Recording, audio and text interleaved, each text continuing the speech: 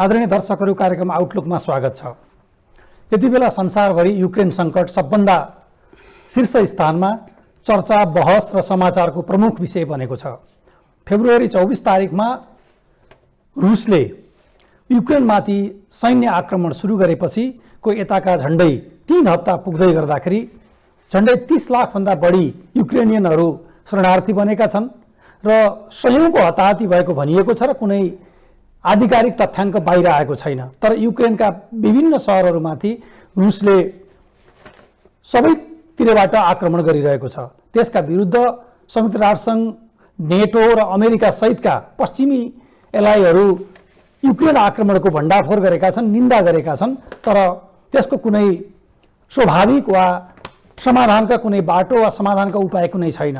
र सँगसँगै युक्रेन सङ्कटका बारेमा वा युक्रेन क्राइसिसका बारेमा संसारभरिका देशहरूले आफ्नो ढङ्गले प्रतिक्रियाहरू जनाएका छन्। त्यसै सन्दर्भमा साउथ एसियाका मुख्य देशहरूले पनि त्यसका बारेमा प्रतिक्रिया जनाउने, बहस गर्ने क्रम जारी छ। र सँगसँगै नेपाल पनि युक्रेन क्राइसिसका बारेमा प्रत्यक्ष रूपमा संलग्न छ कि त्यो रुसले युक्रेनमाथि गरेको आक्रमणको नेपालले विरोध गरेको छ र विपक्षमा उभिएको छ। र यस्तो परिस्थितिमा नेपालले के शिक्षा लिन सक्छ अथवा बन्दै गरेको दुई ध्रुवीय अथवा बहुध्रुवीय विश्वका सन्दर्भमा पछिल्लो पटकको र सामान्यतया चलन चल्तीको भाषामा सैन्य आक्रमण कल्पना नगरिएको भनिएको बेलामा भएको यस प्रकारको द्वन्द्वले विश्व राजनैतिक व्यवस्थामा, विश्व राजनीतिक व्यवस्थाको एउटा अर्डरमा के फरक पार्न सक्दछ र त्यसबाट नेपाल जस्ता साना देशहरूले के शिक्षा लिन सक्दछन् भन्ने विषयमा आज हामीले कुरा गर्नेछौँ। त्यो कुरा गर्नका लागि नेपालको सबैभन्दा सिद्धहस्त कूटनीतिज्ञ र पूर्व विदेश मन्त्री र सबैभन्दा लामो अनुभव भएका विदेश मन्त्री, त्यसभन्दा पनि मेरा हिसाबले भन्यो भने सबैभन्दा बढी सिद्धहस्त कूटनीतिज्ञका रूपमा, विदेश नीतिका मामिलाका रूपमा आधिकारिकता सहित बताउन सक्ने व्यक्तित्वका रूपमा रमेशनाथ पाण्डेज्यूसँग आज हामीले कुरा गर्दैछौँ। सर, यहाँलाई कार्यक्रममा स्वागत छ। सबभन्दा पहिला त यो सम्भवतः सरको पनि सबैभन्दा बढी यसैका बारेमा संसारका देशहरूले के प्रतिक्रिया जनायो होलान्, किन यसो भयो होला भन्ने विषयकै वरिपरि मथिङ्गल घुम्यो होला। युक्रेनमा जे घटना भयो यसलाई कसरी लिनुभयो सरले? यो संसारमा ठुलो परिवर्तनहरू बिचबिचमा भइरहेको हुन्छ। दोस्रो विश्वयुद्धमा जब संसारको पावर स्ट्रक्चर परिवर्तन भयो, त्यो परिवर्तन भएपछि दुई ध्रुवीय विश्वको स्थापना भयो। राजनीतिक दृष्टिमा, सैनिक दृष्टिमा कम्युनिजम भर्सेस डेमोक्रेसीमा संसार विभाजित भयो। कोल्ड वारको समाप्तिपछि कम्युनिजम ओह्रालो लाग्न थाल्यो, डेमोक्रेसीको एकाधिकार, क्यापिटलिस्टिक डेमोक्रेसी र प्रजातान्त्रिक विश्वका प्रमुख नेताहरू अमेरिका लगायतले के ठाने भने अब हामीलाई चुनौती दिन सक्ने कोही हुँदैन। उनीहरूले डेमोक्रेसीलाई, प्रजातन्त्रलाई सुदृढ बनाउनको निम्तिमा के गर्नुपर्छ भन्नेमा लागेनन्। उनीहरू केमा लागे भने अब हामीलाई कसैले चुनौती दिन सक्दैन भन्ने त्यो विश्वासमा लागेर उन्मुक्त हुन थाले। विली ब्रान्ट भन्ने एकजना जर्मन चान्सेलर हुनुहुन्थ्यो, जसको लिडरसिपमा एउटा टिम गठन भएको थियो युनाइटेड नेसन्सबाट।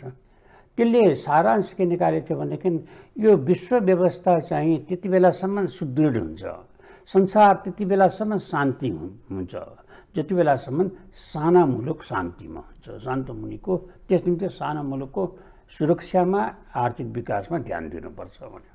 त्यसैको आधारमा युनाइटेड नेसन्सले यो फरेन एड प्रोग्रामहरू बनाए। त्यतिबेला अब त्यो त्यसपट्टि ध्यान दिइएन। परिणाम के हुन आयो भनेदेखि चाहिँ नि डेमोक्रेसी बिस्तारै फेरि कमजोर हुन थाल्यो र आज एउटा यस्तो अवस्थामा आइपुगेको छ जहाँ प्रजातान्त्रिक शासन व्यवस्थालाई चुनौती दिनलाई आफ्नै किसिमको साम्यवादी भन्नुहोस्, समाजवादी भन्नुहोस्, चिनिया व्यवस्था चुनौती दिन अगाडि बढिरहेको छ।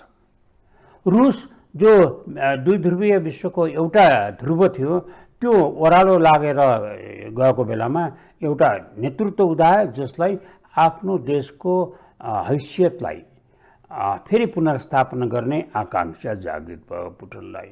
त्यो अवस्थामा संसार विकसित भइरहेको छ।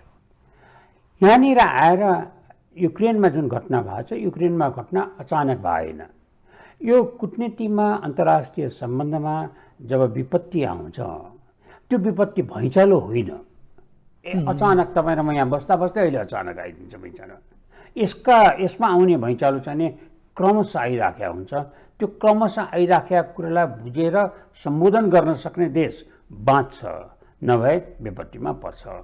क्रिमियाले सबभन्दा ठुलो, क्रिमियामा जब उसले रसियाले आक्रमण गरेर क्रिमियालाई खाएकै बेलामा रुस कुन डिरेक्सनमा गइरहेको छ, त्यो सोभियत सङ्घको महाशक्तिको हैसियतलाई पुनर्स्थापना गर्न कसरी अगाडि बढ्छ भन्ने कुरामा को सङ्केत त्यसले दियो।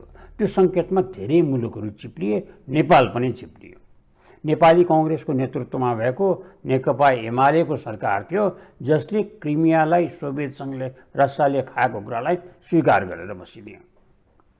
आज आएर त्यसको विकसित रूपमा युक्रेनमाथि जुन आक्रमण भएको छ, त्यो युक्रेनमाथि भएको आक्रमण भएको बेलामा नेपाली कङ्ग्रेस र माओवादीको सरकार छ। फेरि एउटा कम्युनिस्ट सरकार, कम्युनिस्ट पार्टी, एउटा डेमोक्रेटिक पार्टीको कोलिसन।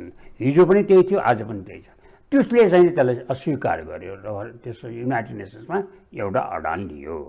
अब यहाँनिर हामीले बुझ्नुपर्ने, हाम्रो श्रोताहरूले बुझ्नुपर्ने, आम नेपाली नागरिकले बुझ्नुपर्ने कुरा के हो भने, एउटा दक्षिण एसियामा एउटा आधारभूत परिवर्तन हुन थालेको छ। विश्वमा एउटा आधारभूत परिवर्तनको धेरै अड्को मारिरहेको छ। त्यो दुईटालाई बुझेर नेपाल कसरी हिँड्ने हामीले बुझ्नुपर्ने कुरा। पहिले सरस्वती अन्तर्राष्ट्रिय साइडमा हेरौँ, त्यसको सारांश म यसमा पछि आउँछु। जस्तो युक्रेनमा जे घटना भयो, सरले भने जस्तै युक्रेन घटना यो आकस्मिक वा छापामार हिसाबले एकदम एक्सिडेन्टल्ली त्यो घटेको कुनै घटना वा मिसाइल आक्रमण हिजो भनिएको क्युबन मिसाइल क्राइसिस जस्तो पनि होइन, त्यस्तो होइन। यसका लामो प्रक्रिया थियो र विशेष गरी 2014मा क्राइमिया रुसले एनेक्सेट गरिसकेपछि नै अब कि माथि पनि आक्रमण हुन सक्छ, यी कामहरू नगरिएमा वा गरिएमा भन्ने त पुटिनले घोषित रूपमा बताएकै थिए।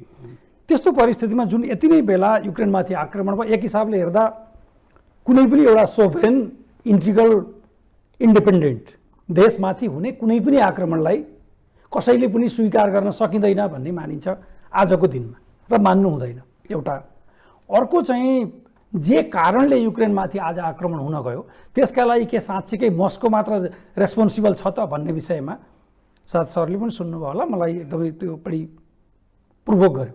एकजना सिकागो युनिभर्सिटीका अमेरिकन पोलिटिकल साइन्टिस्ट जोन साइमरले मस्कोभन्दा बढी जिम्मेवार, र उनी रियलिस्टिक फरेन पोलिसीका एक्सपर्ट पनि हुन्, र मस्कोभन्दा बढी जिम्मेवार नेटो र अमेरिका छ भन्ने स्टेटमेन्ट दिए। यसैमा ठ्याक्क भन्दाखेरि जुन त्यसका आन्तरिक प्रक्रिया त अनेक छन्, जिम्मेवार मस्को र नेटो, अमेरिका वा किभ, यी तीनवटा मध्ये कसलाई बढी जिम्मेवार ठान्नु? त जिम्मेवार यो सुन्दाखेरिमा अप्रिय लाग्ने कुरा हुन्छ, तर यथार्थता के हो भने जिम्मेवार युक्रेन छ, किभ छ।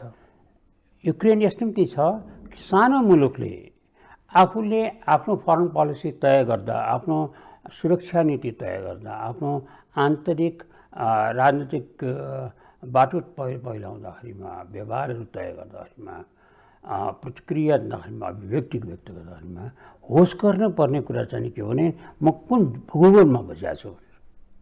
त्यो इतिहास र भूगोल दुईटाको सम्बन्ध र त्यो दुईटाको निरन्तरको यथार्थतालाई जब उल्लङ्घन गरिन्छ अनि विपत्तिको आगमन प्रारम्भ हुन्छ। जब जोग्राफीले, भूगोलले तपाईँलाई सुविधा पनि दिन्छ, त्यो सुविधालाई सञ्चालन गर्न सकिएन, त्यसको जोग्राफीको ओभर प्रयोग भयो भने अथवा अन्डर युज भयो भने, ओभर युज पनि हुनु हुँदैन, अन्डर युज पनि हुनु हुँदैन, त्यो भयो र त्यो सन्तुलन मिलेन भने जोग्राफीले बदला लिन्छ। यहाँ जोग्राफीले बदला लिएको घटना भयो युक्रेनमा। युक्रेनले आकाङ्क्षाहरूलाई आकाशिने अवस्थामा पुर्याउन खोज्दाखेरिमा यो चटक्कै बिर्सियो कि उसको छिमेकमा एउटा देश बसेको छ जो महाशक्तिबाट घटेर रिजनल पावरमा ओर्लिया छ र उसको आकाङ्क्षामा ठेस लागेको छ। उसको सुरक्षामा असर गर्ने, उसको संवेदनशीलतालाई उल्लङ्घन गर्ने कामहरू मैले गर्न हुन्न भन्ने कुराको रियलाइजेसन, अनुभूति युक्रेनलाई भएन र युक्रेन नेटोसित सम्बन्ध राख्न अगाडि बढ्न खोज्यो र पश्चिमी राष्ट्रहरूको जब प्रभाव आफ्नो छरछिमेकमा बढ्दै जान लाएर त्यसले सुरक्षालाई असर गर्छ भन्ने लाग्यो, त्यसबाट रुस उत्तेजित भयो, परिणाम यहाँनिर हुन आयो।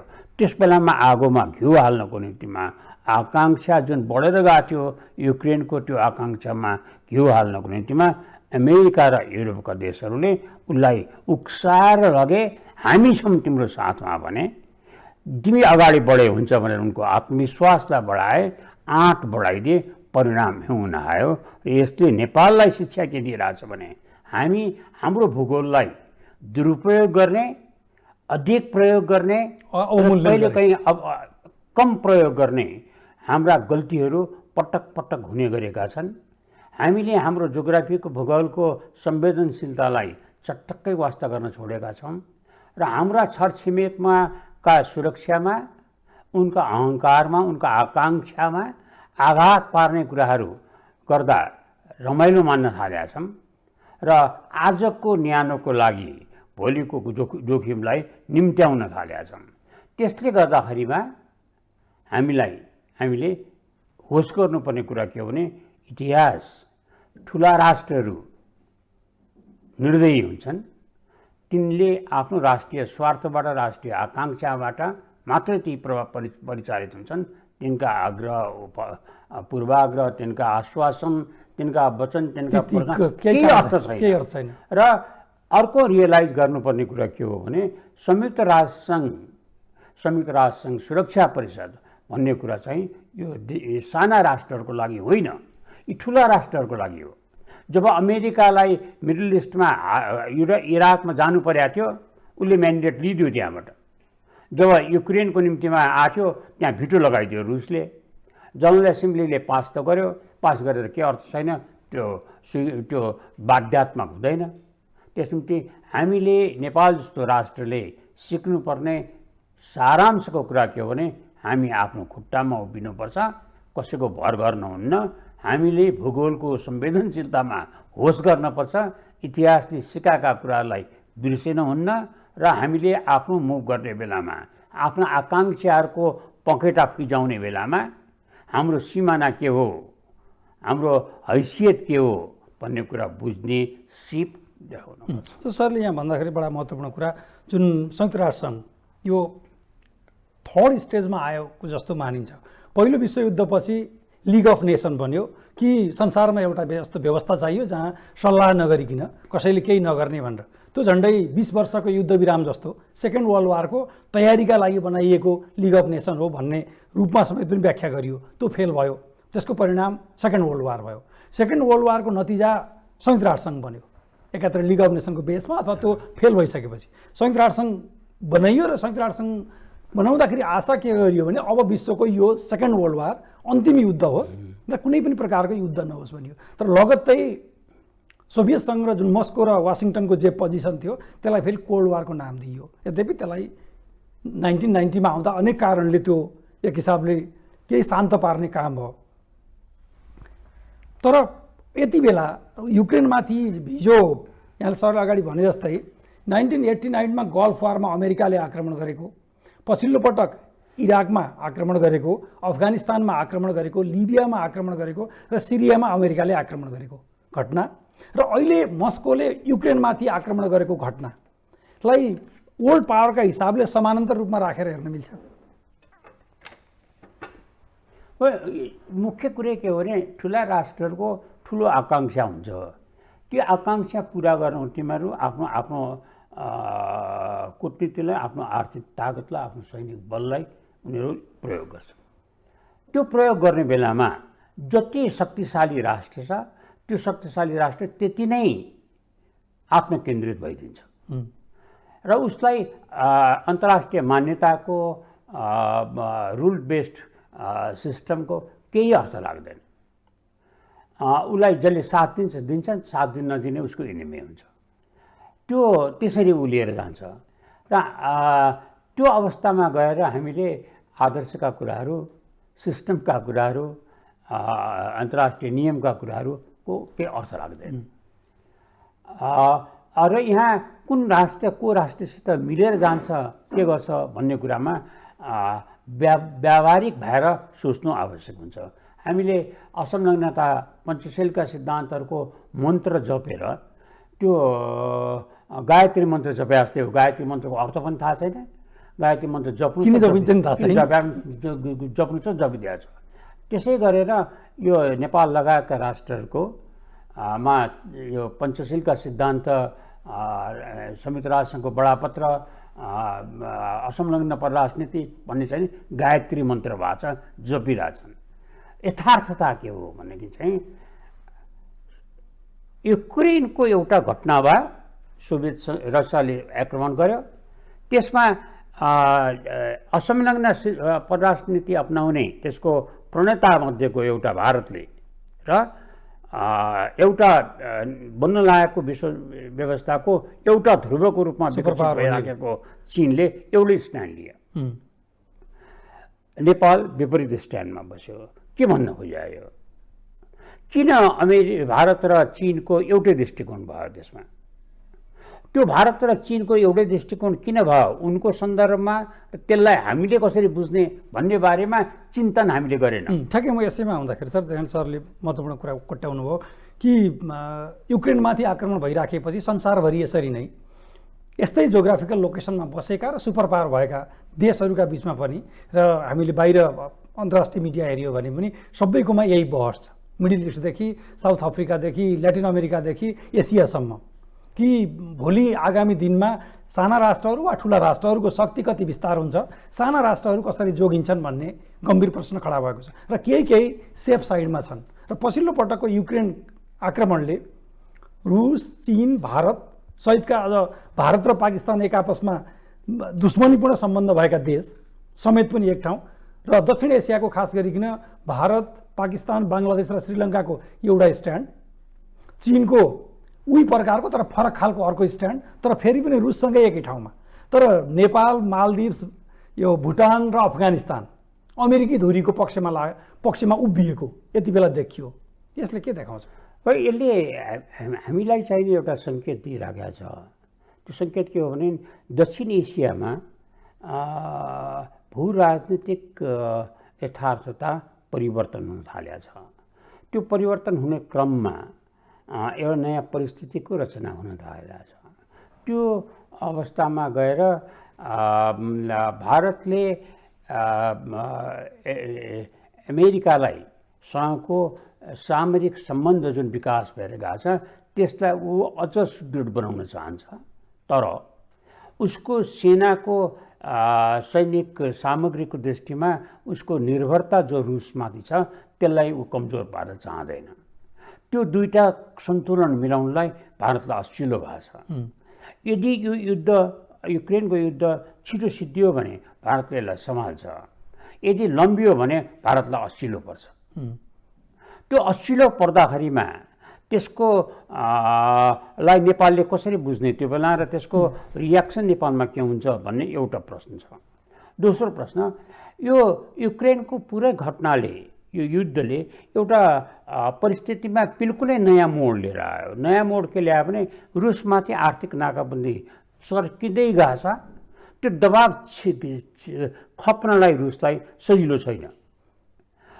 त्यसको परिणाममा युरोपमा जुन सङ्कट आउन लागेको छ ऊर्जाको, अमेरिकामा जुन ढङ्गबाट पेट्रोलियम प्रडक्ट प्राइस बढेर गएको छ र जनता त्यसको विरोधमा उभिन थालेका छन्, त्यसले इकोनोमिकल्ली वेस्टर्न कन्ट्रिजको जुन एकाधिकार छ त्यो एकाधिकारलाई त्यसले बलियो पारेको छ, रुसलाई असिलो पारेको छ। तर त्यसले त्यसको त्यो नाफा नोक्सानको सारांशमा सबभन्दा बढ्ता फाइदा चीनलाई भएको छ।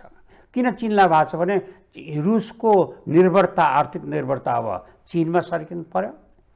ऊर्जा चिनमा बेच्नु पर्यो। दोस्रो, अन्तर्राष्ट्रिय रूपमा आड लिनलाई चिन चाहियो। तेस्रो, यो क्रेडिट कार्डहरू जो चाहिने बन्द भएको छ, सिस्टमबाट हटाइदिएपछि, सिस्टमबाट हटाएछ, त्यो इन्टरनेसनल फाइनेन्सियल इन्स्टिट्युसन्सहरूबाट रुसलाई पाबन्दी लाग्यो हुनाले सबै कारणहरूले ऊ चिनतिरै जानु परेको छ। चिनले बिस्तारैसँग त्यसका वैकल्पिक आधारहरू विगत केही वर्षदेखि विकास गर्दै लिएर आएको छ। यद्यपि त्यो प्रारम्भिक चरणमै छ, तर विकास गर्दै गएको छ। त्यसमा रुसको निर्भरता हुन थाल्नुहुन्छ। परिणाम चिन अझ शक्तिशाली भएर आउँछ। र ओभरअल कुरा गर्दाखेरिमा अमेरिकाको प्रतिस्पर्धी अब बलियो भएर आउँछ चिन। यता क्षेत्रीय कुरामा गर्दाखेरिमा हिन्दुस्तानलाई त्यो अप्ठ्यारो पर्छ, चाइनालाई त्यो अप्ठ्यारो पर्दैन, चिन त्यसबाट गेन गर्छ।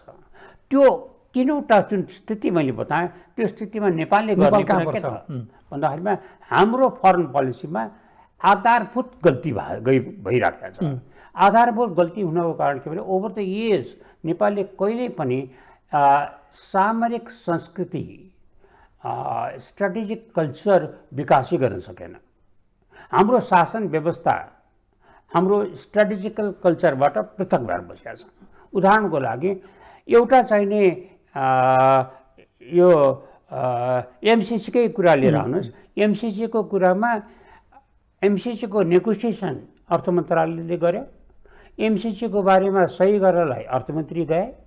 एमसिसीको बारेमा सम्पूर्ण कुरा उहाँ टुङ्गियो। जब विपत्ति आयो अनि फरेन मिनिस्ट्रीमाथि थापियो। परराष्ट्र मन्त्रालय त्यसमा कुनै रोलै थिएन।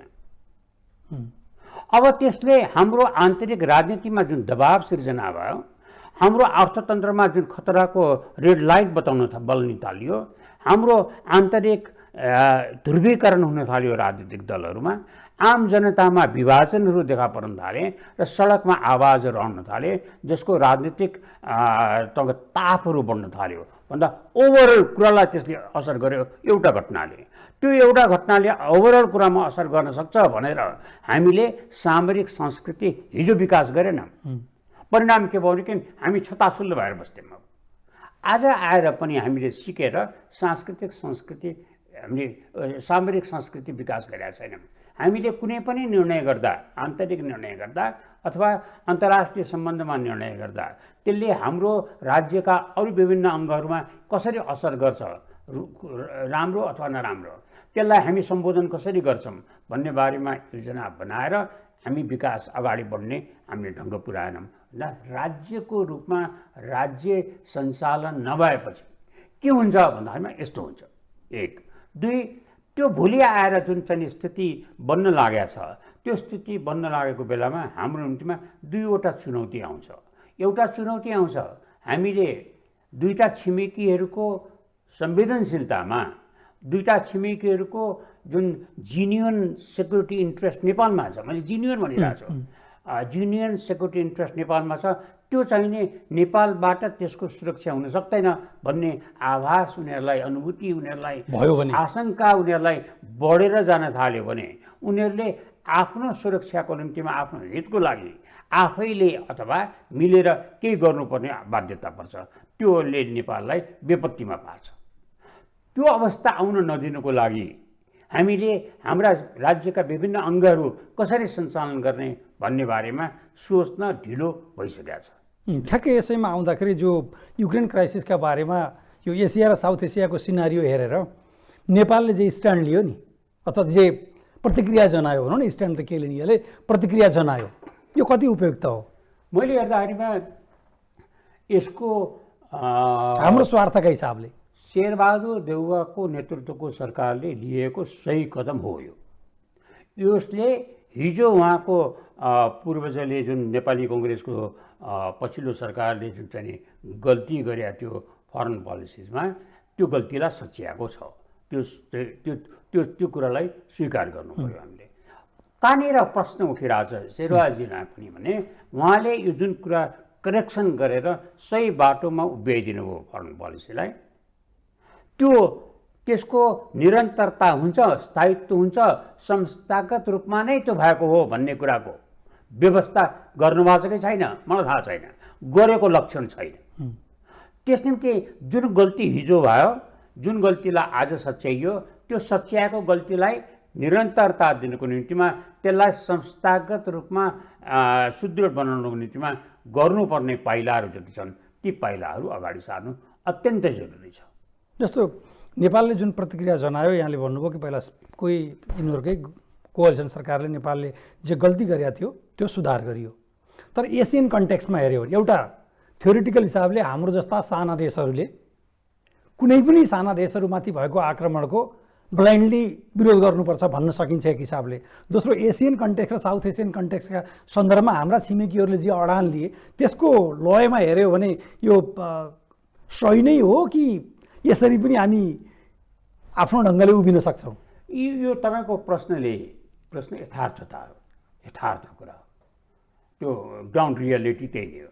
त्यो ग्राउन्ड रियालिटीको लाई हेक्का राख्ने बित्तिकै हाम्रो राजनीतिक नेतृत्वमा लागेको कुलतहरू जुन छ, हाम्रो त्यो कुलतलाई तपाईँको चेतावनी दिएछ यसले। त्यो कुलत के हो भनेदेखि चाहिँ हाम्रो एक्सन लिने बेलामा, कुनै कुराको निर्णय गर्ने बेलामा हामी यो हेक्कै राख्दैनौँ कि यसपछि परिणाम हेक्का राख्दैनौँ कि हामीले यो निर्णय किन, यो घटना किन भएको छ, हामी यो किन गरिराखेका छौँ। परराष्ट्र नीतिमा परिवर्तन ल्याउने, परराष्ट्र नीतिमा अब संशोधन गर्ने, परराष्ट्र नीतिको यस्तो गर्ने भन्ने गलत लतमा लागेको छ नेपाल। पटक पटक त्यस्ता कुराहरू भएको छन्। फरेन पोलिसी मैले तपाईँको बसेर धेरैचोटि यो कुरा भनेको छु तपाईँको टेलिभिजनबाट। परराष्ट्र नीति भने कुनै पनि देशको कहिले पनि परिवर्तन हुँदैन। किन परिवर्तन हुँदैन भन्दा परराष्ट्र नीति भनेको राष्ट्रिय स्वार्थको रक्षा गर्ने हो, राष्ट्रको हित गर्ने हो। राष्ट्रको स्वार्थ पनि परिवर्तन हुँदैन, हित गर्नुपर्ने त्यो जुन ड्युटी हो त्यो पनि परिवर्तन हुँदैन। त्यो कसरी गर्ने भन्ने कुराको विधि, प्रक्रिया, समय चयन, व्यवहारहरूको लक्षण इत्यादि कुराहरू समयको हुन्छ। उदाहरणको लागि तपाईँको यो हङ्गेरीमा सोभियत सङ्घले आक्रमण गर्दाखेरिमा जुन दृष्टिकोण थियो मस्कोको, त्यसलाई विरोध गर्नुमा आजकोमा कुनै परिवर्तन भएको छैन। हिजो सोभियत सङ्घले, आज रुसले आफ्नो राष्ट्रिय स्वार्थबाट गयो। भारत र चीनले आफ्नो राष्ट्रिय स्वार्थबाट त्यसलाई गरे। अमेरिकाले आफ्नो राष्ट्रिय स्वार्थबाट त्यसको विरोध गर्यो, त्यसलाई रोक्न खोजिरह्यो। सबै राष्ट्रिय स्वार्थबाट परिचालन भएको छ। यहाँनिर आएर हामीले हाम्रो परराष्ट्र नीतिलाई हामीले जब राष्ट्रिय स्वार्थबाट सञ्चालन गर्छौँ अनि त्यसले राष्ट्रको हित गर्छ, जब राष्ट्रिय स्वार्थबाट नगरेर हामी उत्तेजनामा आएर अथवा लैलैमा लागेर हामी जब केही बोलिदिन्छौँ, केही गरिदिन्छौँ, कुनै अडान लिन्छौँ, कुनै अडान परिवर्तन गर्छौँ, त्यसले हामीलाई धोका भएको छ। यहाँनिर आएर आजको अवस्थामा हेर्दाखेरिमा मूलभूत कुरा के हो भने हाम्रो सत्तामा बसेका मेरा मित्रहरूले चाहिँ सोचिदिनुपर्ने कुरा के हो भने एकपटक हिजो एमसिसीमा धेरै महिना खेर हाल्नुभयो, अब आज स्थानीय चुनावमा धेरै खेल हाल्नु छ। त्यो सकिने बित्तिकै आम चुनावका हावाहरू आउन थाल्छन्, त्यसमा लाग्नुहुन्छ। लाग्नुहोस्, त्यो उहाँहरूको आफ्नो म्याटर, मुलुकलाई चासो छैन त्यसमा। मुलुकको भविष्य त्यसबाट गाइडेड हुँदैन। मुलुकको भविष्य अर्कै बाटोबाट निर्देशित हुन्छ। त्यो बाटो के हो भने एउटा सिस्टम इभल्भ गर्नु पर्यो। हाम्रो शासन व्यवस्थामा कुन मूल्य प्रणालीबाट शासन प्रणाली हाम्रो सञ्चालन हुने तय गर्नु पर्यो। हाम्रा राज्यका संयन्त्रहरू कसरी सञ्चालन हुने, त्यो सञ्चालन हुने विधिहरू तयार गर्नु पर्यो। आज जुन लथालिङ्गको अवस्था छ, न्यायपालिकामाथि आम जनताको, अन्तर्राष्ट्रिय समुदायको, स्वयं त्यसका पात्रहरूको विश्वास समाप्त भएको छ। जुन ढङ्गबाट संसद तपाईँको निष्क्रिय डेडलकमा छ, जुन ढङ्गबाट कार्यपालिका तपाईँको प्रभावहीन भएको छ, त्यो अवस्थामा मुलुक यस किसिमबाट जुन क्षेत्रीय र अन्तर्राष्ट्रिय जुन स्थिति विकास भइरहेछ त्यसलाई ठेक्न सक्दैन। त्यो ठेक्न नसक्नेको कारण संस्थागत हाम्रा अनुभवहरूको संस्थागत मेमोरी, स्मरण शक्ति कमजोर भयो। म यसमा के सम्झिरहेको छु भने चाहिँ यो 1982मा मेक्सिकोमा आइपिओ इन्टर पार्लियामेन्ट्री युनियन अन्तर यो विश्वका जति प्रजातान्त्रिक देशहरू छन् ती सबै प्रजातान्त्रिक देशका संसदहरूको एउटा युनियन छ जुन युनियनको वार्षिक अधिवेशनहरू हुन्छ। यो मेक्सिकोमा अधिवेशन भएको थियो जसमा नेपालको संसदको नेतृत्व मैले गरेको थिएँ र त्यसको म पहिलो उपाध्यक्ष नियुक्त भएको थिएँ। मैले त्यो बैठक सञ्चालन गरिराखेको बेलामा भारतको बलराम सिंह जाखड स्पिकर हुनुहुन्थ्यो, उहाँ बोल्दै हुनुहुन्थ्यो र त्यो बोलिसकेपछि बोल्दाखेरिमा चाहिँ नि दुईवटा क्वेसन्सहरू आएको थियो कि स्पिकरको रोल के हो संसदमा, त्यसको बारेमा भएको थियो र त्यो स्पिकरको रोलको बारेमा भइसकेपछि मैले कन्क्लुडिङ रिमार्क दिनु परेको थियो। त्यो सारांश के निस्क्यो भने संसदको सभामुख चाहिँ सिनियर मोस्ट मेम्बर हुन्छ, त्यहाँको अनुभवी मान्छे संसदीय व्यवस्थाहरूको बारेमा, र त्यो सभामुख भएको दिनदेखि त्यो कुनै राजनीतिक दलको हुँदैन अनि त्यसले इन्डिपेन्डेन्टली फङ्सन गर्छ र त्यसले नै त्यसको नैतिक अधिकार हुन्छ। त्यो नैतिक अधिकारबाट त्यो मोरल अथोरिटी युज गरेर त्यसले पार्लियामेन्ट चलाउँछ काज गर्छ। म यहाँ अहिले जुन दुर्गति भएको हाम्रो संसदको देख्छु, अहिले आज मात्र होइन विगत धेरै वर्षदेखि भइरहेको छ।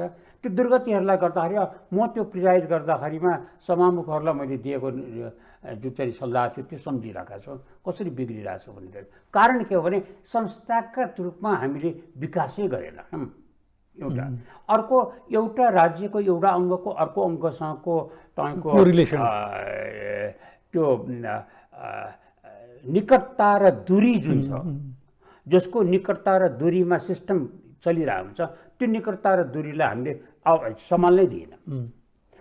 तेस्रो कुरा के भनेदेखि मर्यादा नै पालन गरेनौँ, कहाँ जानुहुन्छ कहाँ जानु हुँदैन भनेर।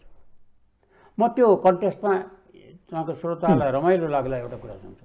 एकपटक भारतमा म जाँदाखेरिमा प्रधानमन्त्री हुनुहुन्थ्यो नरसिंह रावसित उहाँको सँग बसेर मेरो दुई देशका बारेमा अफिसियल कुराहरू केही भइराखेको बेलामा एउटा अचानक उहाँलाई फोन आएर उहाँ तुरुन्तै संसदमा जानु पऱ्यो भने चाहिँ हाम्रो मिटिङ ब्रेक भयो र फेरि भोलिपल्टलाई सारियो।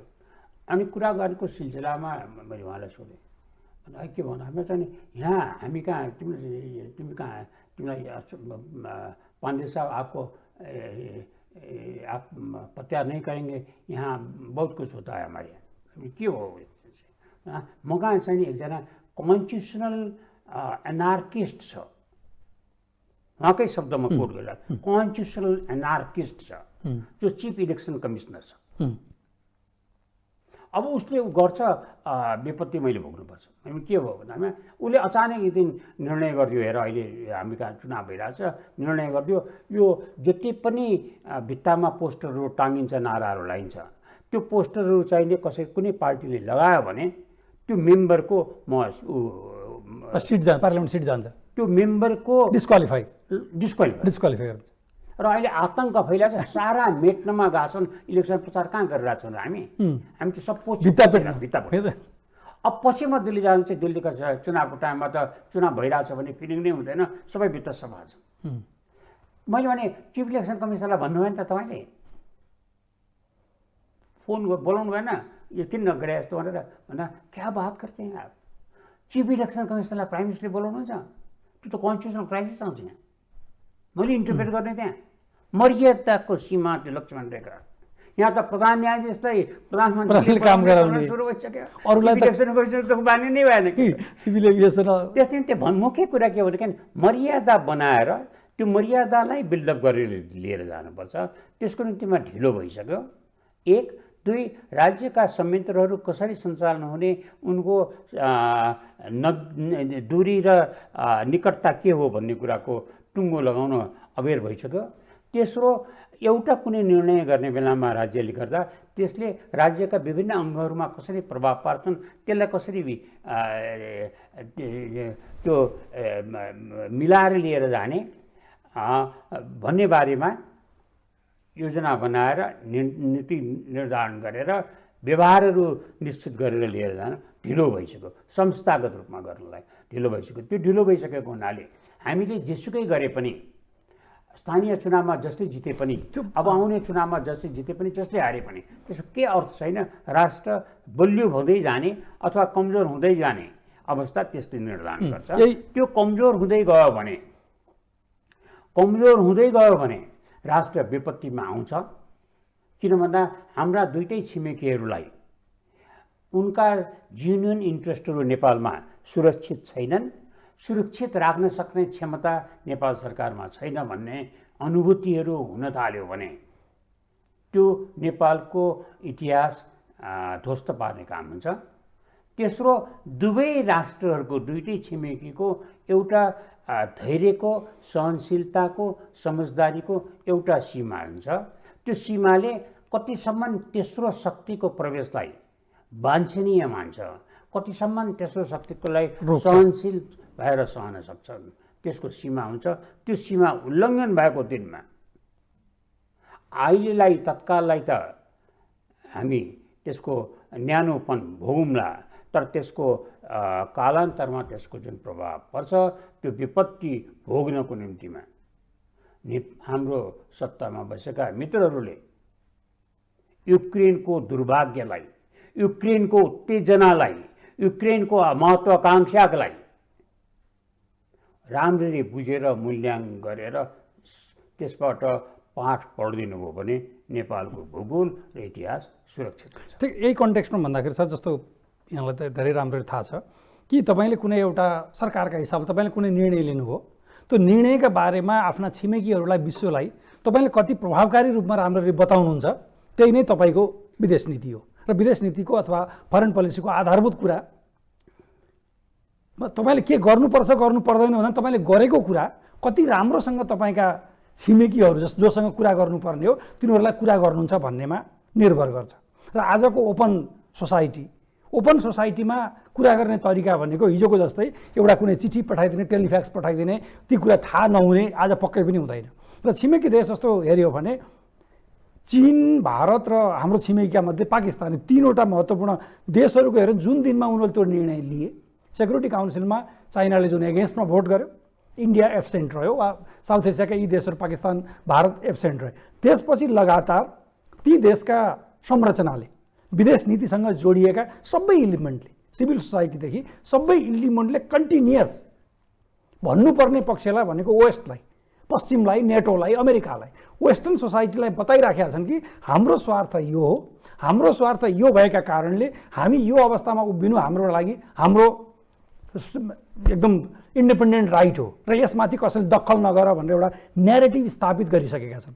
ठिक त्यही कुरा नेपालका लागि पनि त जरुरी थियो, तर नेपालले त्यो युक्रेन हमलाको विपक्षमा वा अमेरिकी धुरीमा उभिएको यतिकासम्म हेर्दा सरकारको तर्फबाट प्रधानमन्त्री, परराष्ट्र मन्त्री वा सरकारका विभिन्न एजेन्सीहरू र सरकारका एजेन्सीहरूलाई प्रभावित पार्ने एक्सटर्नल फ्याक्टरहरू समेत पनि कहीँ कतै कुनै पब्लिक डिस्कोर्स भएको देखिँदैन। बरु शक्ति राष्ट्रका राजदूतहरूले, उनीहरूका दूतहरूले तिमीहरूले किन यसो गरेको, किन यसो नगरेको भनेर खोज्न पर्ने जस्तो र एम्बासडरहरूले उनीहरूका घर खोजेर सोध्नुपर्ने जस्तो परिस्थिति खडा भएको छ। भन्दा यो पछिल्लो पटक युक्रेन क्राइसिसका बारेमा नेपालले जुन मत व्यक्त गर्यो, यो मतको पृष्ठभूमिमा एमसिसी थियो कि नेपालले सोच विचार गरेर गरेको जस्तो घटना हो?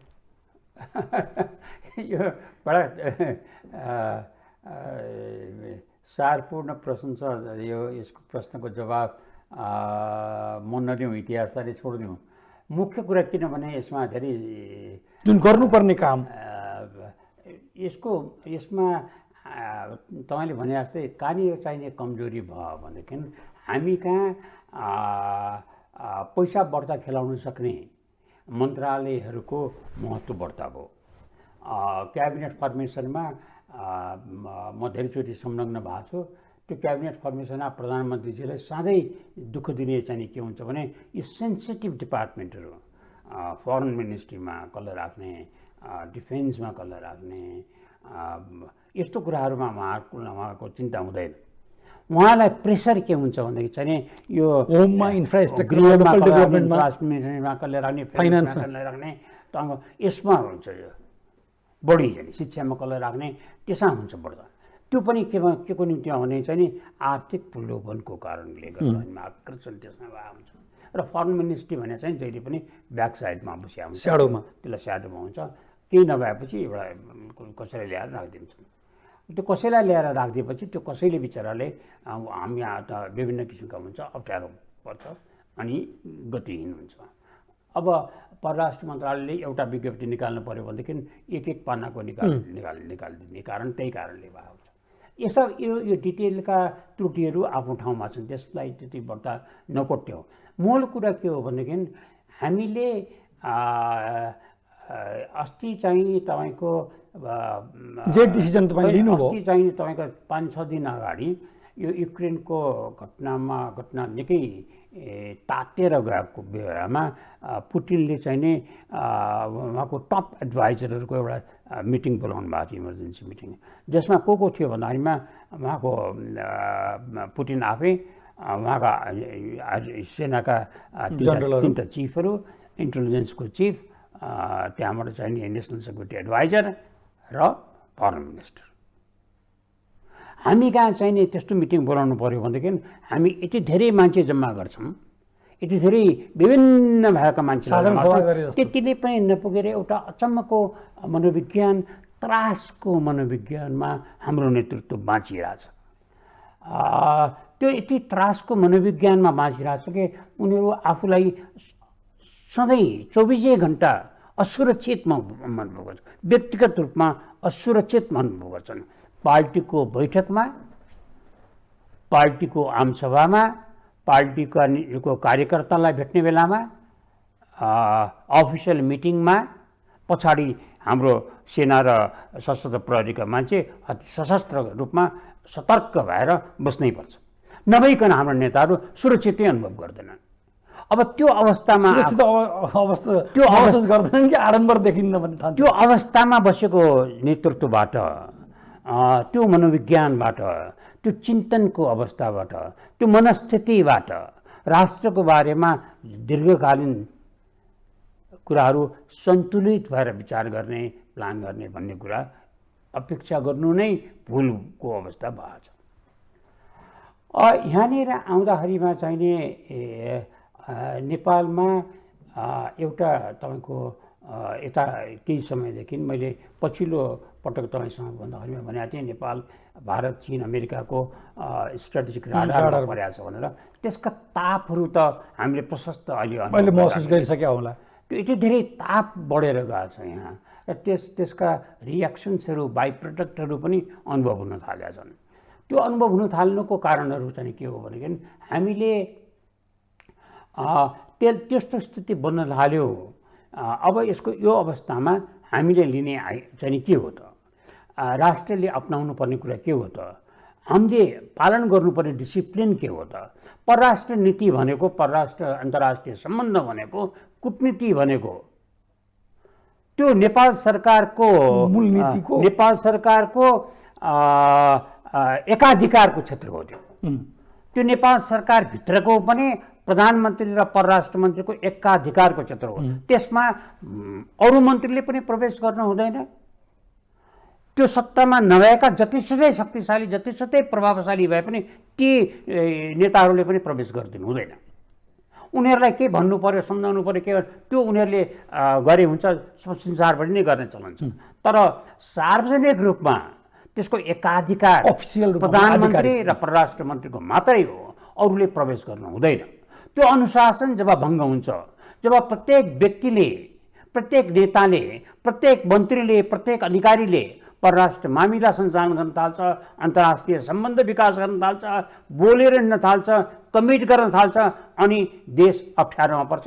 जुन अप्ठ्यारोमा आज हामी परेका छौँ। हामीले यति धेरै कुराहरू, यति धेरै मुखबाट, यति धेरै किसिमका कुराहरू धेरैलाई सुनाइरहेका छौँ, जसको एक अर्कोसँगको सम्बन्ध छैन, कोहिसन छैन, जसले गर्दाखेरिमा बाहिर असमञ्जस्यमा परेका छन्। यहाँ तपाईँको त्यसले गर्दाखेरिमा कन्फ्युजन, भ्रमहरू क्रिएट भइरहेछ। त्यसले गर्दा हामी कमजोर, हाम्रो विश्वसनीयतामा असर गरिरहेछ।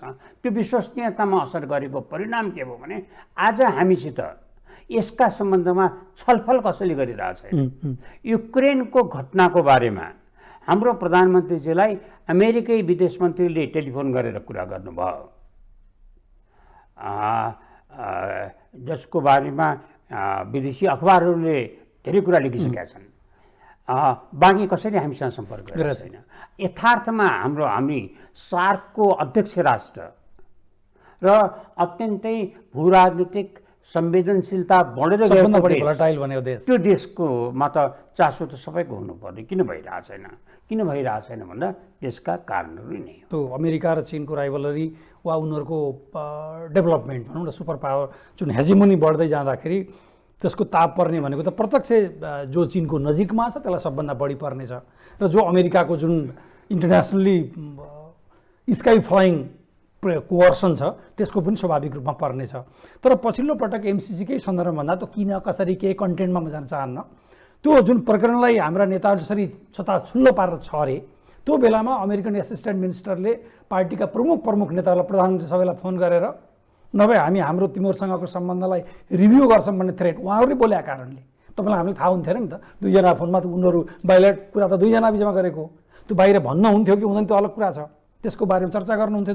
तर उनीहरू एकातिरको हप्की र अर्कोतिर त्यो हप्की सुनिसकेपछि, हप्कीको छरपष्ट भइसकेपछि फेरि बेइजिङले दिनका दिन प्रेस कन्फरेन्स मार्फत यो यस्तो भनेर टिका टिप्पणी गर्ने र भन्दा नेपालले एमसिसी लिँदै थियो, वासिङटन र बेइजिङ आपसमा झगडा गरिराखेका थिए र त्यसको मार हामीले खाँदै थियौँ र कहिलेसम्म खाने अब यसको पनि यो आफैमा क्वेसन मार्क छ। जे परिदृश्य यो देखियो र त्यही बेलामा आज अनेक खालको प्रेडिक्सन छ। हाम्रो भन्यो भने एकातिर उत्तरी सीमामा कहिलेकाहीँ जबरजस्त हाम्रो सीमा विवाद छ भन्ने कुरा उठाइने गरिन्छ। दक्षिणी सीमामा त इन्डियासँगको टसल पछिल्लो पटकको हामीले गरेको सबभन्दा ठुलो राष्ट्रवादी पराक्रमले ल्याएकै छ, चुच्चे नक्साको पराक्रमले ल्याएकै छ त्यहाँ अर्को च्यालेन्ज। यस्तो बेलामा नेपालले, मैले फेरि पनि अगाडि सरलाई भन्न खोजेको, नेपालले केही बोलिराखेकै देखिँदैन। तपाईँ हामी जतिका मान्छेले पनि नेपाल बोलेको सुन्दैनौँ।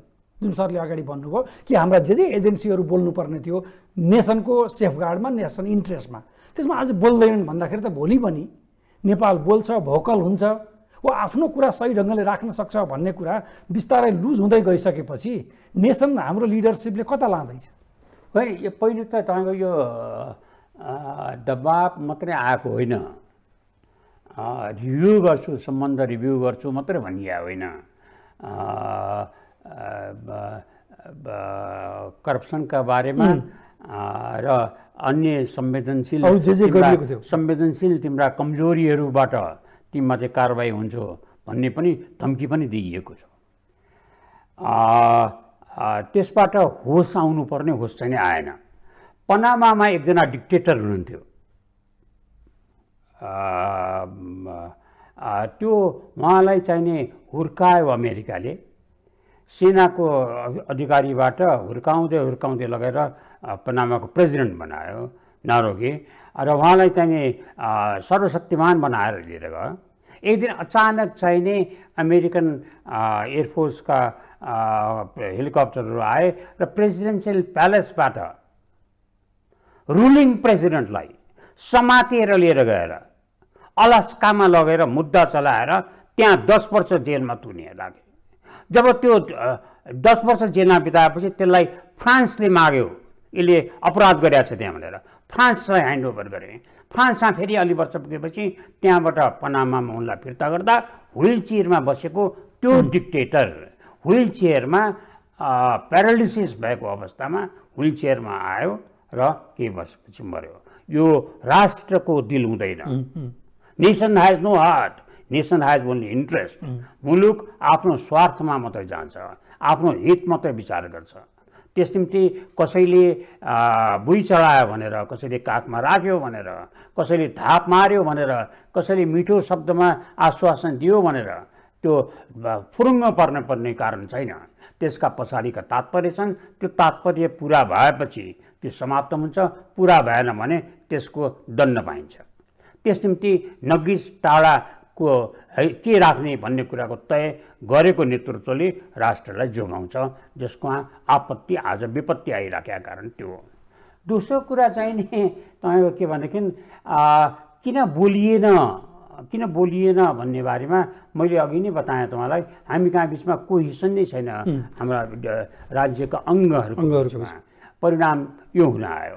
अब अहिले हामीले के गर्यौँ भनेदेखि चाहिँ नि स्थानीय चुनावमा एमसिसीको बारेमा डिस्कसै नगर्नु, यसको विरोधै नगर्नु भन्ने कुराको सबै पार्टीका नेताजीहरूले निर्देशन दिनुभएको छ। उसमा पार्टीका कार्यकर्ताहरूलाई र जो भोकल भएर बोलिरहेका थिए उनका मुख पनि बन्द भएको छन्। त्यति डिसिप्लिन छन् हाम्रा नेता कार्यकर्ताहरू। एउटा शक्तिशाली राष्ट्रको एकचोटि आग्रह अथवा आदेश आएपछि, नेताको आदेश आएपछि तर त्यसले तपाईँको के सङ्केत गरिरहेछ भनेदेखि चाहिँ दुईटा छिमेकीलाई त्यसले यो सङ्केत नगरोस् कि नेपालमा हाम्रो जेन्युन इन्ट्रेस्ट सुरक्षित राखिदिन सक्ने क्षमता नेपाल सरकारसित छैन। नेपाल सरकारको त्यो क्षमता खिँडेगा छ, अब भर गर्न सकिन्न। त्यो अवस्था नआओस्। त्यो अवस्था आयो भने उनले आफ्नो स्वार्थ रक्षा गर्न, आफ्नो हित हेर्नको निम्तिमा आफै सक्रिय हुनुपर्ने अवस्था आयो भने हाम्रो इतिहास र भूगोललाई जोखिममा पार्छ। त्यस निम्ति आवश्यकता के छ भने हामीले विश्वासको सम्बन्धलाई भारत र चीन दुईटै प्राथमिकता दिएर भारत र चीन दुईटै देशसँगको नेपालको विश्वासको सम्बन्धलाई सुदृढ तुल्याउनु पर्यो, समझदारीलाई बढाउनु पर्यो र हामी कुरा गर्न सक्ने अवस्थामा हुनु पर्यो। हामी सधैँ भनेर हुन्छौँ यो अर्थहीन वाक्यांशहरूको उच्चारणको कुनै माने छैन। डिप्लोमेसी र डायलगबाट हामी समस्या समाधान गर्छौँ। यस्ता कुराको के अर्थ छैन। लिपुलेकको बारेमा, कालापानीको बारेमा, लिम्पुवा धाराको बारेमा हामीले भनेको त धेरै भयो। कहिले डायलग भयो, कहिले डिप्लोमेसी के चल्यो त? मिटिङ पनि भएको छैन, कुरा पनि भएको छैन। आज वर्षौँदेखि उता जे गर्नुपर्ने भइरहेको छ, विवाद अगाडि बढेकै छैन। त्यो कारण के हो भने हामीमा स्थिरता भएन, हाम्रो सोचाइमा स्थिरता भएन। आजभन्दा धेरै वर्ष अगाडि, झन्डै 30 वर्ष अगाडि हामीले यसको बारेमा भारत र नेपालको बिचमा समझदारी बनाइसकेका थियौँ। सहमति पत्रमा हस्ताक्षर गरिसकेका थियौँ कि हामी यो सीमाको विवादको बारेमा एउटा मेकानिजमबाट हामी यसरी समाधान गर्छौँ र संवेदनशील जो 3-4वटा कुराहरू छन् त्यो चाहिने फरेन सेक्रेटरीको लेभलबाट कुरा गर्छौँ। त्यो बेलामा हामीले त्यस बेलाका फरेन सेक्रेटरी कुमार गेवाली र त्यस बेलाको राघवन जो इन्डियाको फरेन सेक्रेटरी थियो उहाँलाई जिम्मा दियौँ। उहाँले 2 राउन्ड वार्ता पनि गरिसक्नु भएको थियो। हामीले किन त्यसलाई परिवर्तन गऱ्यौँ? किन परिवर्तन गरेर त्यसलाई कहिले यो आयोगबाट, कहिले त्यो आयोगबाट, कहिले फलानाले हेर्ने, कहिले अनधिकृत गैर सरकारी व्यक्तिहरूले हेर्ने इत्यादि हामीले प्रयोगहरू गर्दै गर्दै गर्दै गए। फाइनल्ली गएर फेरि अहिले फरेन सेक्रेटरीकै लेभलमा फर्काएका छौँ। अब यथार्थता के हो भने नेपाल र भारतको बिचको सीमा विवादको करिब 93-94% समाधानै भइसकेको छ। त्यसको नक्सा पनि तयार भइसकेको छ। उनीहरूको भनाइ छ त्यो नक्सा एग्रिड नक्सा, सहमति भइसकेको नक्सामा सही गरौँ। हाम्रो भनाइ छ होइन, नक्सा त अपुरो गर्नु हुँदैन, पुरा नै गरौँ। ठिकै छ, हाम्रो अडान जे हो त्यो सही छ।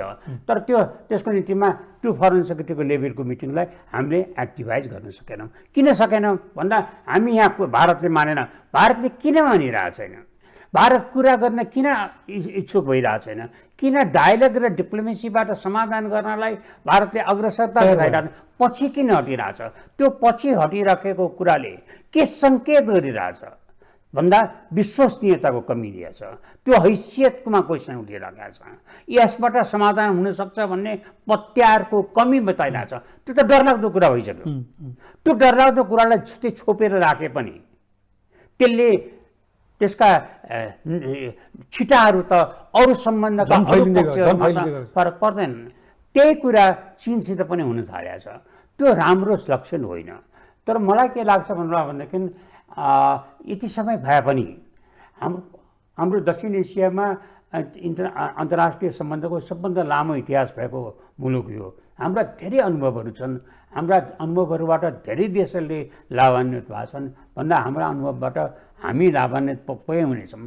हाम्रा सरकारमा बस्नुभएका मित्रहरू, सरकारमा जान आतुर हुनुभएका मित्रहरूलाई होस आउला कि आन्तरिक राजनीति जतातिर लगे पनि त्यो आन्तरिक राजनीतिलाई अब बाह्य सम्बन्धले निर्देशित गर्ने जुन अवस्था बन्न थालेको छ त्यो मुलुकको हितमा छैन। त्यसलाई हुन दिनु हुँदैन। हुन नदिनु निम्तिमा हाम्रो राजनीतिक जो स्वामित्व छ त्यो स्वामित्व हाम्रै हातमा राख्नुपर्छ।